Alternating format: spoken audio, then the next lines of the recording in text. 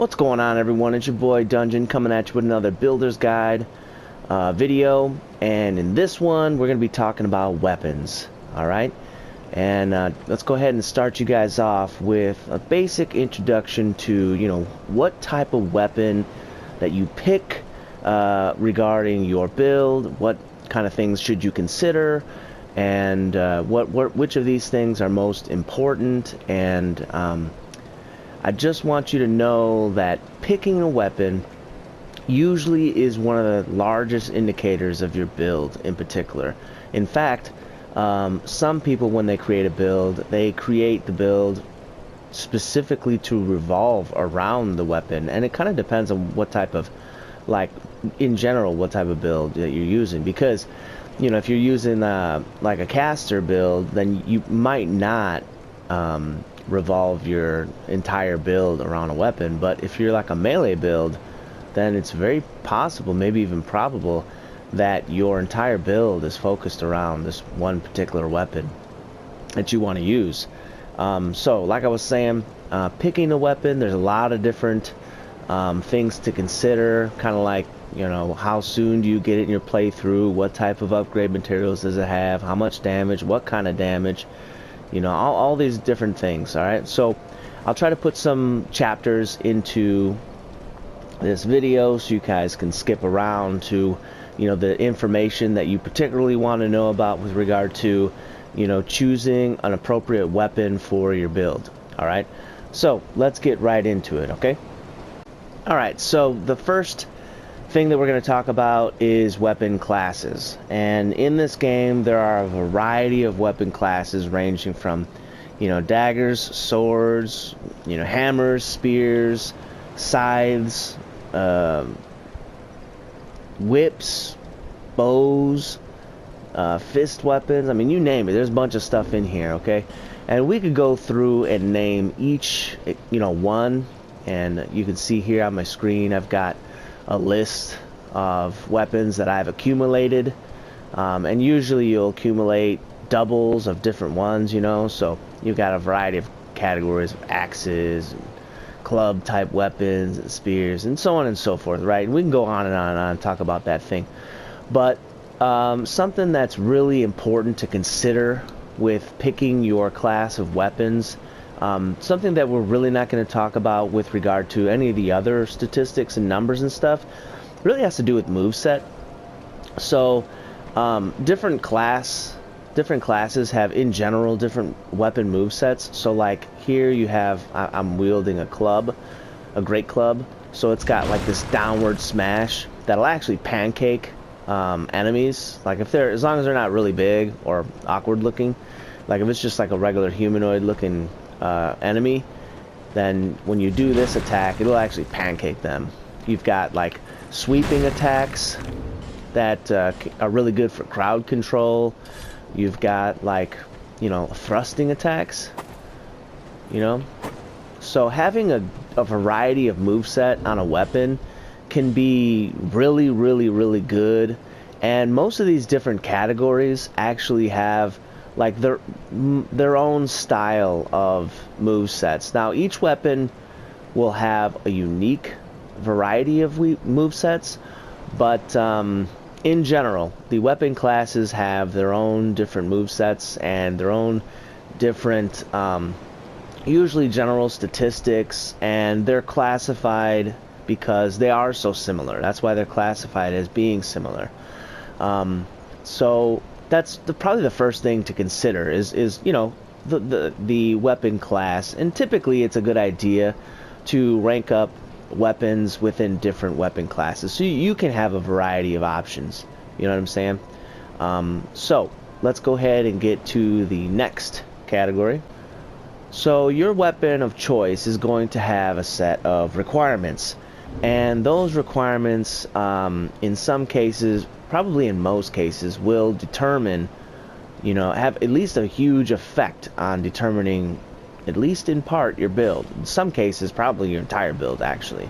But let's go ahead and take a look with one of the first weapons that you get in the game, and that's the dagger. Pretty well, I think almost all classes have a high enough dex to wield the dagger. I think there might be one or two classes that cannot, that you have to rank up your dexterity in order to wield it. But, you know, the dagger is one of the earliest weapons that you get your hands on, aside from your starting weapon. And it's pretty simple. I mean, honestly, let's be honest, the dagger has some really finer points, but for the sake of this argument, it's really easy to use in general, right?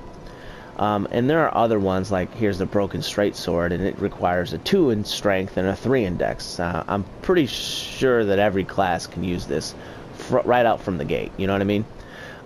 But different weapons have different requirements, alright? So I'll kind of go around taking a look. For instance, Mastodon Greatsword, 30 strength, 12 dexterity. The Greatsword, 28 and 10. And then you get down over here to some of these larger weapons, like for instance the Gurm Greathammer, 40 and 4. The Demon's Greathammer, 50 and 8. Like, when you're getting into these high numbers of strength requirements and stuff, and dexterity requirements, for instance the Ricard Rapier, you get 25 dex. Like, these things are really dictating what you need to do with your build in order to make that happen. You know, if you're using Demon's Greathammer, you're pretty much going to be a strength build. I mean, if you have a requirement in the 50s, if you have to have, in order to wield it with one hand, you have to have a 50 strength, that is a strength build, okay? Like, that is a strength build. In order to have a 25 dexterity, I would probably say that in order to wield it effectively, especially when you're looking at the scaling at the bottom, we'll talk about in a moment, that's a dex weapon, okay? So you're building a dex build for this weapon, all right? Now, something to mention about the strength requirement is that you can two-hand weapons in order to double your effective strength in order for determining if you meet the requirements. So, for instance, the Gurm Greathammer, you need a 40. If you have a 20 strength, you can two-hand it, and then you can wield it. Your effective strength will be twice what it is, so 20 times 2 is 40. Alright? And, so, one other thing about these requirements is that they're not all just strength and dex. Some weapons have an intelligence requirement, some weapons have a faith requirement, some have both. Like, for instance, the Black Knight weapons, they have both. They have intelligence and faith. So, you know, if you're trying to do a pure strength build or a pure dex build, and you're not really ranking up any of your intelligence or your faith, you won't be able to use these weapons, you know, more than likely. So this is something to consider, you know. And other things having to do with the weapon requirement, I would say early game, some of these requirements can really come into play, influencing what you're going to do, your first levels that you get. So if you watched my easy mode walkthrough, I specifically dedicated for, I think, both of my characters to increase my strength just enough to wield the Morningstar, which is, by the way, a very good early game weapon.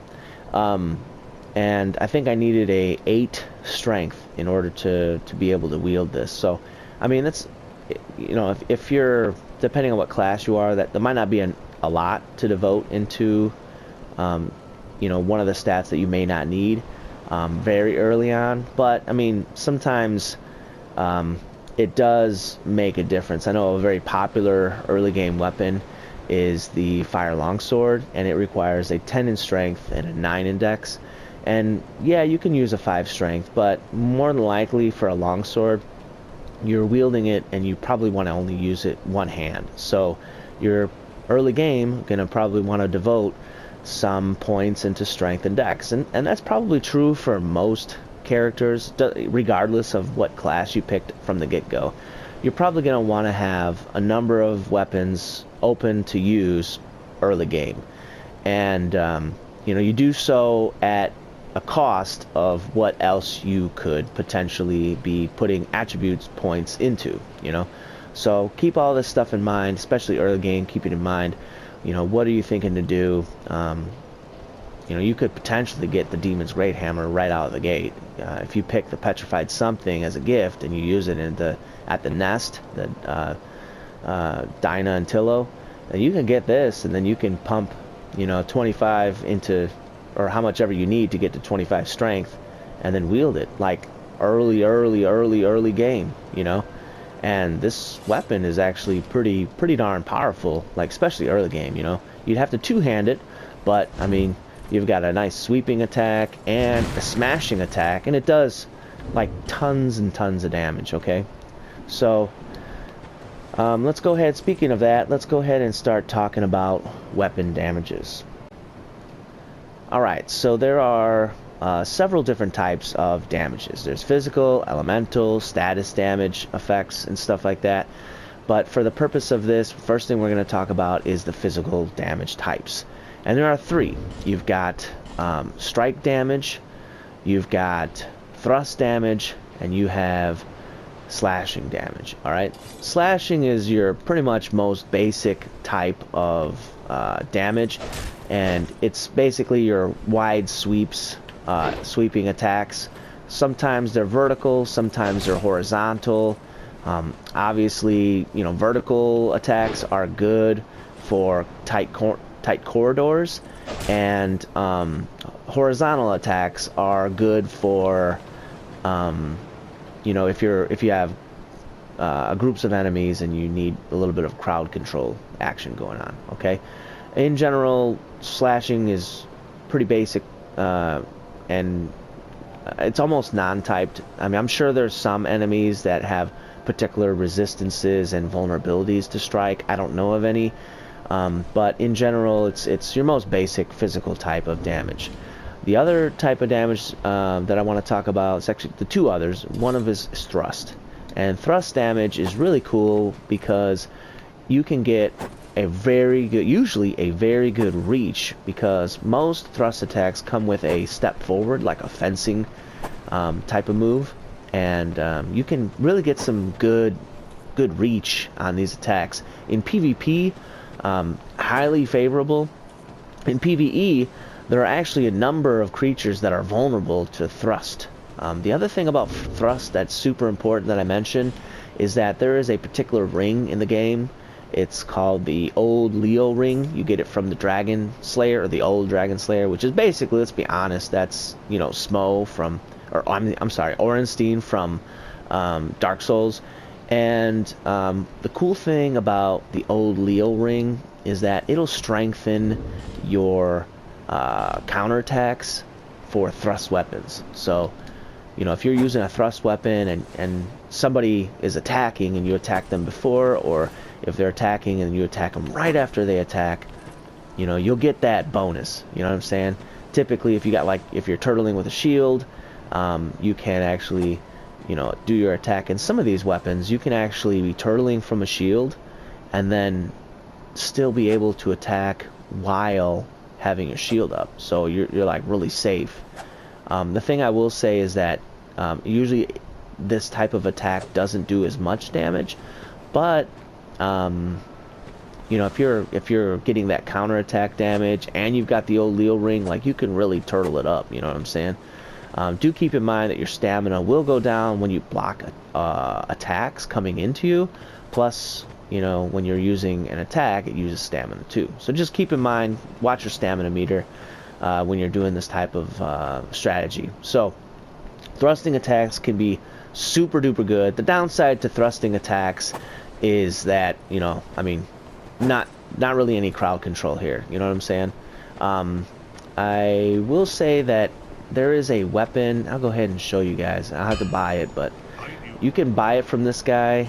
It is the S-Stock, and this weapon is regarded as one of the best weapons in this game because, let's take a look at it. Here's the S-Stock, and it's got thrusting and slashing, so some weapons actually have both. But here's the R1. You've got the same type of R1 as that rapier that I was using, but then here's the R2. You know, not very many weapons has a thrusting R1 that you can turtle, and then an R2 that will have some crowd control. So keep that in mind. You could buy it from the blacksmith right here in Majula, and it's only 1,500 souls. Super good weapon. All right. The last type of weapon damage that we're going to talk about is the strike damage. This is regarded as, for PvE for sure, and maybe in certain circles PvP, strike damage is the best, honestly. Certainly PvE, hands down. You definitely, if you can, you definitely want to have a strike damage weapon, because against really armored enemies, like for instance old knights, or real early in the game at Hyde's Tower, or you know, a variety of other creatures like the Cyan Knights and stuff, when they have this humongous amount of armor on top of their bodies, like their resistance to damage is super high, specifically physical damage like slash and thrust damage. So if you have a strike damage weapon, you're going to be doing massive amounts of damage, alright? And certain strike weapons have different move sets. This is the Craftsman's Hammer. It's got a really nice sweeping R1 attack sequence. Early in the game, from this blacksmith over here, you can buy the mace, and this one has more vertical attacks for your R1, but then for your R2s are sweeping attacks, okay? So that you can get from right there. You can also drop down. There's a place over there you can, for free, get the you can get the Morning Star. So, and that also strike damage. As a bonus, it has some bleed damage to it, but it's really not. I don't think too often I've ever really hit that, you know, got some actual bleed damage from using this weapon. So it does happen from time to time. So strike damage, super good. And also strike damage is the one that has, you know, some of these great clubs have that move set where you can pound enemies into the ground. Literally, you pound them into the ground. After you're done with a move like this against, you know, smaller enemies, they'll be pancaked, you know, like on the ground. So pretty cool. And that's all of the physical damage types. Okay, so the next thing I want to go to is the elemental damage types, and there are a variety of different elemental damages, and that's magic, lightning, fire, and dark. Okay, so with regard to each one, you'll see on your equipment status, you'll see like the different elements. So you got magic, fire, lightning, and dark. You'll see, and if your weapon does any of these, it'll be listed on the side over there. So for instance, the Black Knight weapons, they all do extra fire damage. Now obviously you see like negatives over here in red, which means that I do not have the requirements needed in order to properly wield this weapon, because I don't have the needed faith. Alright, but you know, when you do have a weapon that does, so like for instance, I have a magic mace that I found, and it does extra magic damage, and it says how much it does. The one thing I will say about you know, elemental damage types is that each damage type, so whether it's physical, elemental, of, you know, magic or fire or whatever, each one that you have, when you attack a creature, they will reduce each type of damage. So if I attack with this magic mace, you know, it'll do physical damage, and that'll be reduced by the enemy's physical resistance, and it also does magic damage, and that's reduced by its, you know, magic resistance. So do keep that in mind, and that when you look at the overall amount that the weapon does, you know, just, you know, something to, let me go and switch it back here. So something to keep in mind. So there it shows my total damage for the weapon. It's 225. So it's just something to keep in mind. Okay. And some enemies are more susceptible to different elements. So if you know that information, it could be extremely helpful. For instance, like the spiders in Blightstone, they're vulnerable to fire. So, you know, and basilisks are vulnerable to fire. So, you know, knowing that information, especially against bosses, it could be like really helpful, you know, especially if you combine like, You know, I have a fire longsword, which most people have. It's a really early game weapon. You can grab it. It's already imbued or infused with fire when you get it. And you know, if you use this and you know use the a buff, like either a fire resin or the flame weapon spell, then like it doesn't say it on the status sheet here that it's doing more damage, but it is, you know. And the cool thing is, since it's doing more fire damage, like all that is just, it's extra damage. So plus it looks cool, you know what I'm saying? So that's always a bonus, you know. Yeah, that's pretty well it. The last, actually, you know, there was two more things I want to talk about with regard to this damage types, is that, you know, certain conditions will increase or decrease the damage that you do from elemental damages. So like, if a creature is wet, you'll do more lightning damage from lightning based attacks, and if they're also wet, you'll do less fire damage from them. But if they're coated with like oil, you'll do more fire damage and stuff, you know. So different type of conditions can affect the damage type, and also dark damage is usually, enemies have a low resistance to dark damage, just to keep that out there. Alright, so let's move on. Alright, so also want to talk about status effects, and there are a variety of status effects in this game, and the ones that you can inflict onto enemies is really just two. You know, there could be a couple others with special weapons that I'm not thinking about, but the two main ones are poison and bleed. So I have a poison, I infuse this weapon with a poison, and it does, now you can see it over here at the equipment status, that it does in the poison effects. It does 140 plus a scaling of 75 extra poison damage, and so every single time I attack someone, I'll do extra poison damage. Okay, now in the last video I talked about poison scaling and how that works and stuff like that, so do see that, refer to that if you need to know how to increase the amount of poison scaling and bleed scaling that you get.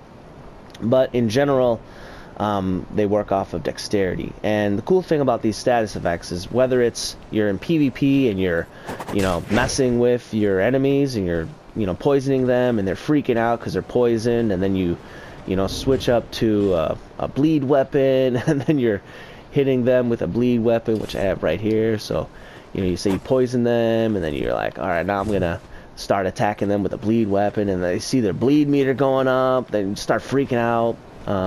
Or if you're in, you know, PvE and you're against a boss with a huge amount of, you know, health, and they're susceptible to bleed, and you're like, you know, chopping down their health with the bleed, because it'll have more effect with more health that they have. Or if you're just casually, you know, inflicting bleed on them, and then you can kind of turtle up while they're taking damage in a boss fight. You know, either whatever you're doing, both are useful in this game, and they're both viable. I know early on people were like, oh, the bleed damage is not viable. There's a time and place for everything. All right, and I would say try it out, because you very well might be pleased with what you see. One of my favored bleed weapons, hands down, has to be the notched whip. Alright, whips in general are fun. They're just fun, you know. I mean, they may not be the most OP. I might talk about it being OP, but they may not be the most OP, and they're just, as far as fun goes, they're definitely the most OP. Like, on the fun factor, they're definitely OP. Whips are fun. But that's a little bit of a tangent. Anyhow, so poison and bleed, check them out if you haven't before, and do keep in mind that if your weapon does have like some measure of one of these status effects, it could be something to consider when picking the weapon. Like, for instance, the black steel katana, looks like it doesn't have any bleed, but there are other katanas that do have some measure of bleed, and other weapons that have, like the falchion, for instance, it has a very low amount of bleed. And you know, that might not be something. And the other one too I was talking about a moment ago is the Morningstar. These weapons typically have a lower regular physical damage to compensate for the extra bleed damage. So, you know, when you have a low amount of that bleed or poison, it might be something to consider, like if you're gonna go all in on that or not, because if you're not, it might be a little bit wasteful, you know what I'm saying? So something to consider with regard to your weapon choice. It may be something you want, it may not be. Either way, you have to think about it and what type of effect it has overall on your damage output and effect output, okay? Alright, so the next thing I want to talk about is split damage. And split damage is very real. And it's a very real conversation to, you know, have, and a real topic to think about. Because in some cases it, you know, might not matter. It might do more damage depending on the type of split damage you have. But in some other cases it might do considerably less damage, okay? So my character, this one right here, is pretty well optimized for quality build. So I'm going to show you both of these weapons. They're not upgraded, they're just regular base weapons, except for this one's a magic mace and this one's a regular mace. Alright, they both do strike damage, but this one also, instead of full strike damage, it does, you know, a bit of magic damage. When you take a look at the overall damage profile, I do slightly more physical damage. And if you take a look at the right hand weapon 2, which is right here, and the right hand weapon 1 is right here. So that's the magic mace, this is the regular mace. Alright, now for a quality build or a strength build, you know, in general you'd want to just leave it regular and not infuse it with anything, you know, because the scaling is lower. Take a look here, the scaling is 119, whereas here the physical scaling is only 44 and the magic scaling is only 13. So it's, you know, less scaling bonuses, but higher base damage. All right, but in general, all right, there's 120 here and there's 168 here, but it's split. It's split between two different types. So when you do damage, you have to do the damage through two different resistances. So physical resistance and magic resistance. So I'm gonna go ahead and show you a couple fights of where, you know, you would want to see the difference. Alright, you guys, so I'm going to show you what happens when you use a split damage weapon against a creature that has high resistances. Alright, so take a look at the damage. 75 damage, 76. Oh, just got hit. Alright, and let's see what happens when I use an unupgraded. It's like over twice the amount of damage. See that? I'll show you again. So, like when you're attacking sometimes creatures, if they have a high resistance to that whatever you're using, it could have a huge impact. Alright? And that's definitely something to consider. I'll show you one more. Alright, you guys, so I'm going to go ahead and show you this one. Here we are in a wet area of No Man's Wharf, or right before No Man's Wharf, and this is going to give pretty much everyone the wet condition, which typically allows for reduction of lightning resistance. So we should have the ability to do more lightning damage with the lightning winged spear that I have. I've got both of them are not upgraded, but I've got a lightning spear and I've got a just straight physical spear. And if you take a look at the overall damage profile, the straight physical one is 199 and the lightning one is 211. So in general, the lightning one has a little bit more attack rating, but let's see how it all stacks up. And it does have 130 counter damage, so I really don't want to get any counter attacks on here. So there's 149, and let me do it again. Now that might not be true because he probably doesn't have any more hit points, you know what I'm saying? So I'll go ahead and do again, this time with the physical attack. Let's get this guy up real quick. 139, so it's pretty darn close. Let's try with this guy. Now that could have been a counter attack. Let's try again.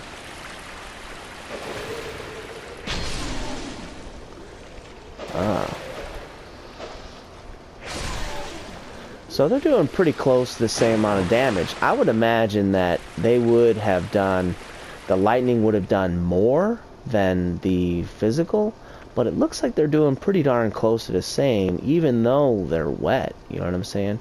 So, you know, something to consider with regard to, you know, the different weapons and, you know, how they react with different conditions and split damage. All right. Okay, so let's talk about scaling. Now, every weapon has different scaling amounts, and you can find those numbers. When you click on the weapon, you'll see it down here at the bottom. Alright, these are the bonuses, the scaling bonus that it gets, and that bonus translates to the number that you see in the plus blue or minus red. If it says minus and it's in red, then that means that you do not meet the requirements to wield the weapon. But your scaling bonus, with that letter that you see, I will tell you that all letters are not the same. All letters are not the same. Alright, let me give you an example. Let's go back to the mace, the magic mace. Alright, you see scaling is B in strength here and B in strength here. Alright, even though this is magic, it's still B in strength, okay? But then when you actually take a look at the weapon, the B means something different, alright? So just keep that in mind, okay, you guys? Because here you got 100, or you get 40 for extra scaling bonus from the B scaling, and for the B scaling here, it does an extra 119. They're both B, but look at the difference. I mean, it's massive. It's like almost 100-point difference. So, especially for a weapon that doesn't carry a whole lot of damage, you know, on not upgraded, like this is a huge deal. A huge deal, alright? So you guys need to definitely keep in mind that the letter for scaling doesn't necessarily mean a whole lot, okay? Like here's S scaling, and it does 55. You know what I'm saying? With the unupgraded mace, physical, just straight mace, doing more than the S. And by the way, S is the top. That's like the highest. I know you guys are like, well, that's not how the alphabet works, and you'd be right. That's not how the alphabet works, but the lowest is E, followed by D, going up to C, then going to B, then A is one of the highest, and then S is the absolute highest here, okay? So definitely keep that in mind, and not all weapons have scaling. Alright, so you see here the Black Scorpion Stinger, there's no scaling. If you infuse something with raw, no scaling. If you're using one of these, some of the old knight weapons, like this one, the Old Knight Hammer, no scaling. So what that means is that it doesn't matter your stats. You just have to meet the minimum requirement to use it, and then you'll, you know, be able to use it. Alright? And it doesn't, the higher your stats go, it doesn't matter. So, you know, with considering what weapon you're using, like if you want to use the Black Scorpion Stinger, you can still do so and be like a caster build or something else. You can be a strength build and just be like, I just want to have enough dexterity to use this weapon, and you know, it'll scale high with just base scaling, but not any attribute scaling. There'll be no attribute scaling, just base weapon when you upgrade it. All right, so you know, something to consider with, you know, the choice of weapon, and if you're not sure what weapon and you need to know where to go, I'll put a link in the description for, you know, because we're talking about all these different weapons, and if you're not familiar with the game, you don't know any of these weapons, and you can take a look. I'll put a link in the description below to, you know, a website that you can maybe scour through and see, uncover different weapon types and different categories and see what you want to do. Otherwise, there's a bunch of weapon guide videos out there that will definitely point you in the right direction for a decent weapon for, you know, whatever playstyle that you want to go with. All right. So when you want to increase your weapon damage or status effect or whatever, you want it to do more scaling, you want it to do more base damage, whatever it is, you have to upgrade it. All right. So you when you upgrade the weapon, it'll increase typically the base damage, and if it has any scaling, it'll increase the scaling. It might increase the scaling ladder, which just means it'll probably just scale better in general. And you'll see those numbers when you go to the weaponsmith, whether it's this guy or McDuff or whatever. And you'll go to reinforce, and then you can click on, you know, any of the weapons. And when you want to reinforce it, you see the base damage in white and the upgraded damage in blue. And if you want to know like what's the overall, let me go ahead and buy some upgrade materials because it's all darkened here. So, and this guy sells some Titanite for cheap. So there's one. So when I want to upgrade, say for instance I want to upgrade that weapon that I just got, S-Stock. So it says 105 and an upgrade to 115, doing 10 more damage. Alright, well, what you could do is press the triangle button and it'll show you if you have it equipped. So let's go ahead and get it equipped. And that guy, I tell you, I don't like him. For those of you who saw the walkthrough, you know my reasons why. You know why. You see, Rudy, man. Okay, so we'll go back over to the S-Stock. Alright, so say I want to wield it, and I want to know how much more extra damage I'll get. Over here, it looks like it's just going to be 10. However, if you click on the triangle button, you'll see what it increases to, adding both base damage and additional scaling damage, which looks like it's just a tad bit more. It looks like I'd get an extra 1 point or so. So this is something to keep in mind, that when you're doing anything to your weapon, if you press that triangle button, you can see what the full difference is going to be. Alright, you can upgrade most weapons with Titanite, large Titanite, chunks, and slabs. Alright, that's the normal upgrade materials. Alright, these things they're farmable. They're relatively, depending on how far in the game you are, they're relatively decent enough to get your hands on. They're fairly common through playthroughs. I've farmed a little bit for the materials, and I have a number of plus 10 weapons, which is, for normal weapons, that's the highest you can get, is plus 10. So I've got a few. I've got a longsword, a katana, a rapier, a club, and a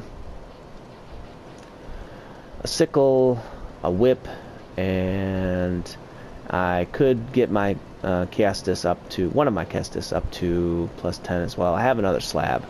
So and like I said, I did a little bit of farming for these materials, but I mean, I've got a bunch of plus 10 weapons. This is definitely not like Bloodborne, where you pretty much are going to have only one. Alright, so I have a number. I have a bunch. Other weapons, like special weapons, they'll use Twinkling Titanite, which is these white ones right here. These are not super common.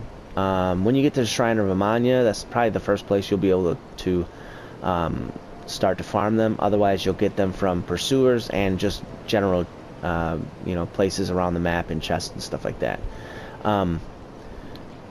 The special weapons are like, if you have Pate's Spear, that's a weapon I believe that's uses the Twinkling Titanite, Demon's Great Hammer, Dragon Tooth. I have the Craftsman's Hammer. These weapons, the special weapons that use Twinkling Titanite, they go up to plus 5, and that's it. You don't need any slabs or anything like that. You just need Twinkling Titanite, and it'll take 15 Twinkling Titanite to rank it all the way up. Pretty sure it's 15. Alright. And like I said, they're not super common, but they're decent enough common. I only have one plus 5 weapon at this time, though, so just keep that in mind. My character is at least halfway through the game. I just got into Drangleic Castle. Alright. Next, the last actual type of upgrade material is Petrified Dragon Bones. These are the least common of upgrade materials. For most people's playthroughs, you'll only have enough of these for one weapon upgrading up to a maximum of +5. That's as far as they get. And they also will use, I believe it's 15 petrified dragon bones in order to upgrade a weapon to +5. And those type of weapons that are using petrified dragon bones are going to be boss weapons, which I don't know if I have any boss weapons that are going to use that. The only thing I could think of is maybe if the Dragon Tooth, which I thought is Twinkling Titanite, maybe that one uses petrified dragon bones. But in general, yeah, petrified dragon bones are super rare. There are places where you can farm them. Yeah, no, I must not have any weapons currently that uses petrified dragon bones. But they're boss weapons. I'll go ahead and show you some boss weapons, and then we can move on to the next section. Alright, so let me show you these boss weapons. This is Ornifex. When you get far enough into the game, you'll unlock this guy, and you can trade the souls of bosses you have defeated in order to get weapons. Alright, so here's just a few weapons that I have access to right now, and each one of these you definitely want to do the things that I've told you up to this point. Check out the requirements, the scaling, how much damage they do, all that type of stuff, okay, with regard to each of these weapons, what type of damage it does, so on and so forth. Okay, now these weapons will use petrified dragon bones, so be very choosy, alright, because once you've made your decision and you've started to put petrified dragon bones into it, you're either going to have a weapon that's two weapons that are not upgraded all the way, or one weapon that is. So extremely mindful and cautious with what type of weapon, which of these weapons that you want to invest in. Okay, there are ways that you can farm those things. Like there's this one particular farm that's actually pretty good. That's in the DLC, the Sanctum DLC. That works out pretty well. I'll probably put a video on that or something like that. But until then, just keep that in mind. Be very particular with what type of boss weapon that you're thinking about going with. Probably one of the best boss weapons is the Warped Sword, and that is at the other guy. I'll go ahead and show you that real quick. Alright, here's Straight of a Lapis. Again, once you get far enough in the game, you can unlock this guy and you can trade the boss souls, and this is that weapon I was just talking about, the Warped Sword. This one is considered probably one of the, if not the best boss weapon. Very, very good boss weapon. There's a bunch of them, honestly, you know what I mean, that you can use. But yeah, this one is considered by a lot of people as one of the best, if not the best. It is a curved sword, and it's got a super good moveset, decent damage. Obviously, it's a dex weapon with the 25 requirement of dex and an A scaling.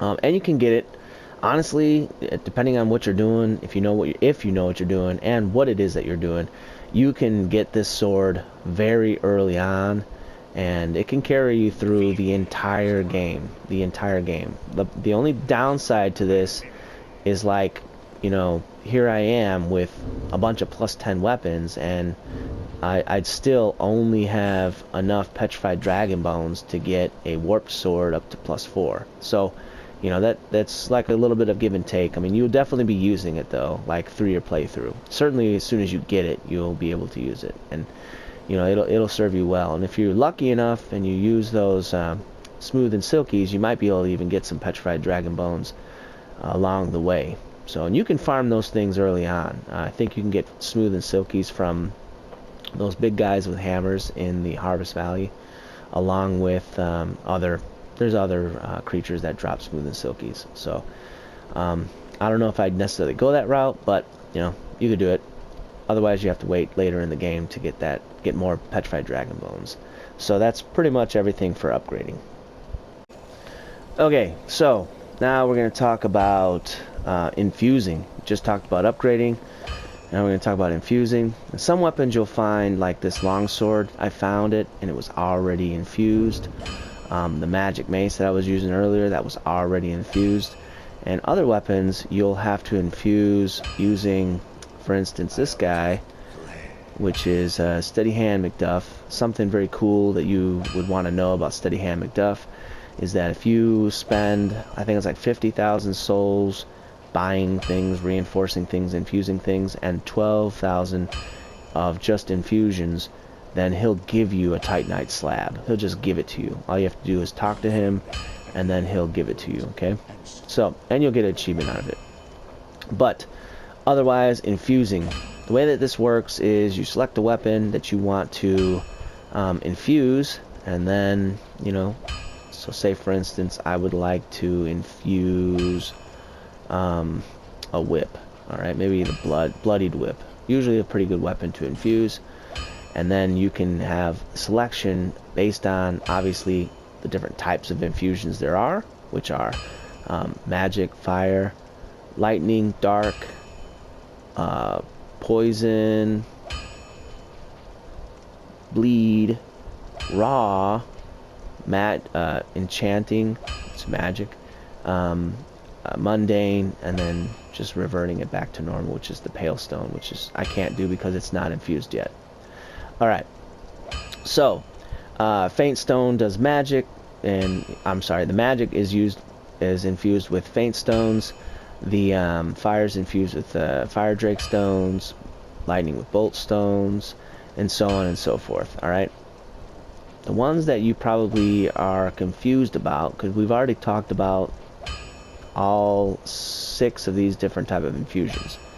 The ones we haven't talked about is raw. Now what raw does is it removes attribute scaling and increases base damage. So for certain weapons it could be good. Earlier we were talking about the stinger, black scorpion stinger. This one does only base damage, so if I were to infuse it with raw, look, it increases. If I were to use anything else, it would just decrease it. But raw, on the other hand, it increases. It doesn't take anything else away. There is no attribute scaling, so it only increases it, which is super good, honestly. It's like really, really, really good. So for a weapon like this, if I was going to use the black scorpion stinger, I would definitely want to like use the raw stone on it. The other one that is of high note that is very good to infuse with raw is the Santir Spear. Obviously you'd want to break off the end first. Usually I would go to Dinah and Tillo by the nest and just attack the nest. It only takes maybe like a couple minutes and it'll get broken off. But when you infuse this thing with raw, it'll increase the damage. It's like one of the only ways you can increase damage. The other way that you can increase these non-scaling weapons damage is if you have a super high intelligence and then you enchant it with a magic stone. Because while the raw will increase base scaling or base damage and eliminate attribute scaling, the enchantment or using the magic stone on it will, and just so you guys know, these are not the same. Okay, magic, infusing it with magic through a faith stone is very different than enchanting it with a magic stone. Okay, because the faint stone will give it magic damage, and the magic stone will give it more. Well, it'll just make everything physical damage. Most of the time, using this type of infusion is just bad. It's just very, very, very bad. I've only used this a handful of times, and only with characters that have higher than 50 intelligence. If you don't have a higher than 50 intelligence, just don't do it. It's not going to be helpful at all. If you have a 50 intelligence, weigh it very carefully, because you might still do less damage when you use the magic stone. So just keep that in mind. Magic stone is most of the times a bad option. However, I do have a character that I've showed in one of my other build guides, I think it was, where I had a Santir Spear and it was enchanted, and that's because I had an intelligence, I think it was like 50 something, 54, 55 or something like that. But for those of you who are going like pure sorceries and you have like a 70 or 80 intelligence, then you're probably going to have a lot of your stuff is going to be enchanted. The cool thing about enchanting is that it will scale your intelligence into physical damage. So it doesn't do any magic damage, it just does physical damage. So for like pure sorcerer builds and stuff, this is like really, really, really good because gives you an option to have physical damage without needing to really increase your physical attributes. So pretty cool stuff. But in most cases, you're not going to want to use it. Most of you probably never going to use it. Alright, and then mundane stones. This was probably the most complicated, honestly. This one is, okay, most of the time you're not going to want to use this one as well. This is extremely rare to ever use it. But there are some weapons in the game, like for instance, I think I have it. It's the old ladle. Let's see if I can find it. Maybe I don't have it on this character. Oh, here it is. The handmaid's ladle. Like if you infuse this thing with old mundane, and you have low statistics, or at least the statistics that are all the same. Like my character, that is not all the same. My character, I have 6s in intelligence and faith. So what it does is it takes your lowest stat, basically, and it scales with your lowest statistics. So, you know, if you have your statistics like all across the board the same, then Handmaid's Ladle could be good. If you have all low statistics that are all the same, it could potentially, like if you're just starting out character, it could be good. I've seen people use the Handmaid Ladle with the old mundane stone, and they can get it to work up to like 200-300, you know, damage. But in general, you know, this thing is, this would not be advisable to infuse the mundane on any weapon, pretty much. And then where you see the 1000, where it's like the circle with the arrow, that's basically reverting a weapon back. So like if I were to take this enchanted falchion, which is, you know, that's the enchantment with the magic stone, so I can't select it, I can revert it to a regular falchion by using a pale stone on it and 1000 souls. So for some of you, you'll get this thing in your regular playthrough, and you might not have picked one of these up from a drop or anything, and you still really want to use the falchion. You can do two things. If you want it just to be regular falchion, just use a pale stone on it. But if you want to infuse it with something, just infuse it with something. You don't have to use a pale stone in order to infuse it with anything. You could just do that right away, okay? And that's all the infusions. Whenever you're using whenever you're about to infuse, definitely keep in mind that you know, use the other screen, because like here's this screen, here's that screen. When you're about to infuse something, let me get a weapon that's not infused. Or here, I'll try to see what happens when I infuse this with something different. So here's the overall damage, 373. When I try to infuse it, it shows me what it'll change to. Okay. So use this screen, because that's overall damage. That includes your scaling and everything. The only thing it doesn't really say is it doesn't split the damage into separate profiles.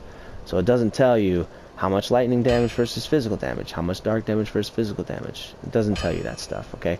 It will say for these two, it tells you, you know, how much physical damage, but then it doesn't tell you how much bleed and poison damage. So just keep that stuff in mind, you guys. Alright? Very good tip to use. Switch those screens up with the triangle button. And if you want more infusion stones, kill basilisks around the area. There's some in things betwixt. There's one in the shaded woods, and there's one at the last bonfire at Blightstone. So, or two actually. So that's probably the primary place that you'll find them, aside from just around the map in regular places. Okay, you guys, so that's pretty much everything for the weapons. There's you know, a couple last things that I want to mention, and that has to deal with some of the less recognized statistics on the weapon. There's certainly not something that people look at from first glance, and that is obviously your range for ranged weapons. So obviously the higher you have, the better that is, the more effective it is at longer ranges. The counter strength, which is a really big statistic that people a lot of times won't look at unless you're kind of in the know with Dark Souls. Having high counter strength, what that basically means, I kind of mentioned it before, when you get attacked, it allows you to do more damage if you attack right after someone attacks, or like pretty much right during someone's attack, or right before someone's attack, as long as they're in the attack animation, basically. So that's really important. And having like 150 or 160, that's super duper high. I will say that it's not the same as the riposte and backstab damage that you do from critical damage, and I don't think there really is a statistic for critical. So it's almost like you gotta know, or you have to test out the weapon to see what the critical damage is. But for instance, the critical damage on a dagger, super high. If you backstab someone with a dagger, you're going to do an unbelievable amount of damage, because it, pretty much eliminates or greatly reduces all of their defenses. So something pretty important to keep in mind with weapons. And like I said, that the counter strength is not the same as critical, and critical doesn't have a statistic on there. You can block with weapons, and here's all the statistics for what happens with reduction percentages when you block, and the stability. In general, you want to use shields to block, but you can block with weapons. It's use the same trigger to block as you do with the shield. You do have to mind your durability, because some weapons have special attacks, like they might shoot something out of the weapon, and usually when that happens, it'll reduce about 10 durability. So, and some weapons, they might seem good and they might have a durability of like 20 or 30. That's very bad. You want to have something at least above 50, depending on the weapon, maybe even close to 100 that you'd want the durability to be, because of how frequently you attack with it. Obviously the weapon's weight is a huge factor. If it's too heavy, you can't use it. You're going to be over encumbered, you're going to be fat rolling, and it's not going to be any good. So weight is a huge factor. And poise, this is the last thing here. This cannot be understated, the importance of poise, because if you can stagger your opponent, whether it's a PvE battle or a PvP battle, then you can basically get free attacks, because they'll constantly be staggered. The higher poise you have, the more stagger you can do. Typically a high number of poise, like a really high number, is around like 70. But if you have, like, for instance, like the battle axe, if I can find that over here real quick, a bandit axe, same thing basically. It has a poise break of 30, so that's like really high for just a generic weapon. And having these type of weapons with the poise of upwards past 30, usually really good. If you can get it up really high, man, that's super good, because like, look at that, 100. I mean, it's crazy. You'll be staggering people for days when you use these heavy weapons. But again, they're heavy, and you have to consider their weight. So, and that's pretty much all the time I have on this video. I've kind of gone kind of long here. It's been pretty detailed. If you want to know more about the last bit, about poise and durability and all that stuff, I can kind of do a short video on that. But otherwise, thank you for watching. Take care, be cool, and bye everyone.